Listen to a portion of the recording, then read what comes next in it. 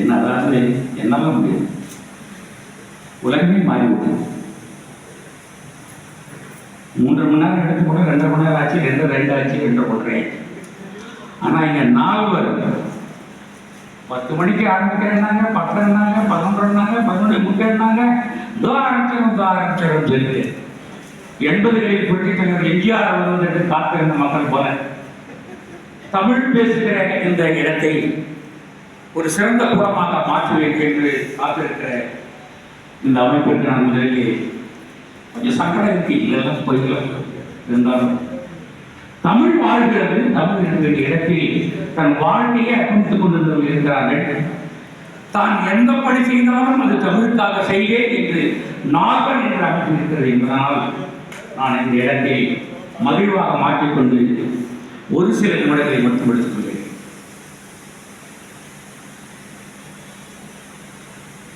கவிதை என்பதும் கவிஞன் என்பதும் காலத்தின் கண்ணாடி. கவிஞன் வேறு கவிதை வேறு அல்ல. அப்படி இருப்பவர்கள் கவிதை மாதிரி கவிஞர்கள் அல்ல.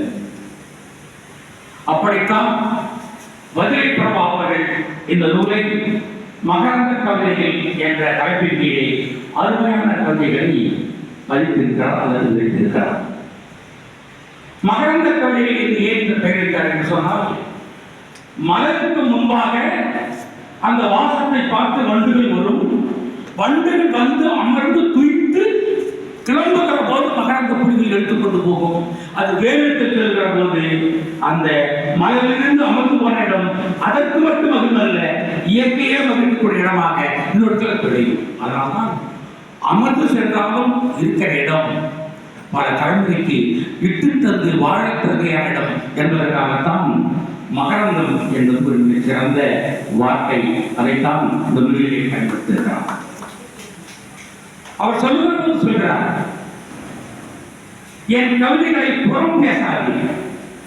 புறம் என்றால் வெளியில் புறம் மாறி வேறு மாதிரி பேசாதீர்கள்.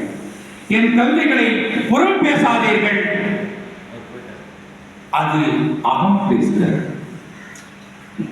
இதனால்தான் பாரதி, பாரதிதாசன், வள்ளுவன், அப்துல் ரஹ்மான், ஈரோடு தமிழப்பன் என்று நாங்கள் பின்னாடி வந்து கொண்டிருக்கிறோம். அது போன்ற அகம்பாடிதான் வானம்பாடி பெயர் வைத்தாலும் அகத்தோடு சென்ற பாடிகள் தான் இங்கே இருக்கிறார்கள். அப்படி ஒரு கவிதையை துவங்குகிறார். அடுத்து இன்னொன்று கேட்கிறாங்க. எல்லா பெண்களும் கேட்கிறது கணவனை பார்த்து, என்ன கிழிச்சிட்ட கண்ணி நீ கேட்பாங்க.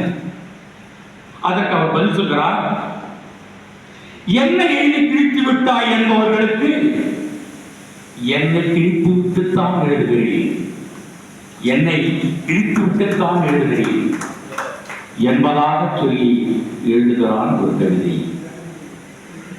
நீ இந்த சொற்களுக்கு வாழ்க்கையை அர்ப்பணித்துக் கொண்டவன் சமூகத்தின் விதை. அவன் இருக்கிறவங்க பேங்க்ல கேட்க மாட்டாங்க, என்ன வச்சிருக்கேன் சார், கற்பனை வச்சிருக்கேன், கொஞ்சம் தலையில் தம்பி ஆசை.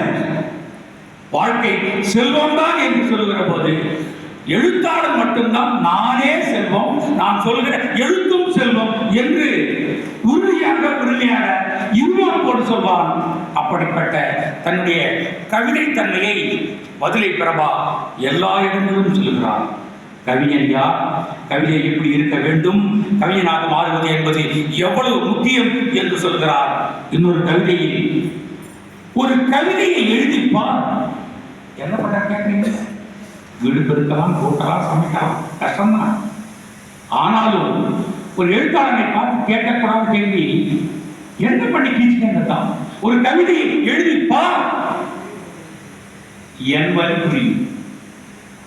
என்ன எழுதுன்னு கேட்டே அந்த வரி புரியும். என் கவிதை வாசித்துப்பார், உன் வரி புரியும்.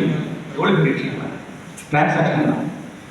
ஒரு வாசகருக்கும் கவிஞருக்கும் படைப்பாளருக்கும் இருக்கிற அந்த வழிபோக்கு என்பது, நீ என்னை படி, நான் உன்னை ஒரு படி உயர்த்துகிறேன் என்பதுதான். இவ்வாறான கவிதைகளினுடைய ஒட்டுமொத்த தொகுப்புத்தான் மதுரை பிரபா. எழுத்தாளன் எங்கு சென்றாலும் தன் சொற்களை சமூகத்துக்குத்தான் கொண்டு விட்டு செல்வான். அதுபோன்ற இந்த மேடையில் மதுரை பிரபாவனுடைய மகரந்த கவிதைகள் என்ற நூலை நான் படித்து வாசித்து சொல்வதில் பெருமை அடைகிறேன். நேரம் உங்களுக்கு நன்றி பாராட்டி விடைபெறுகிறேன்.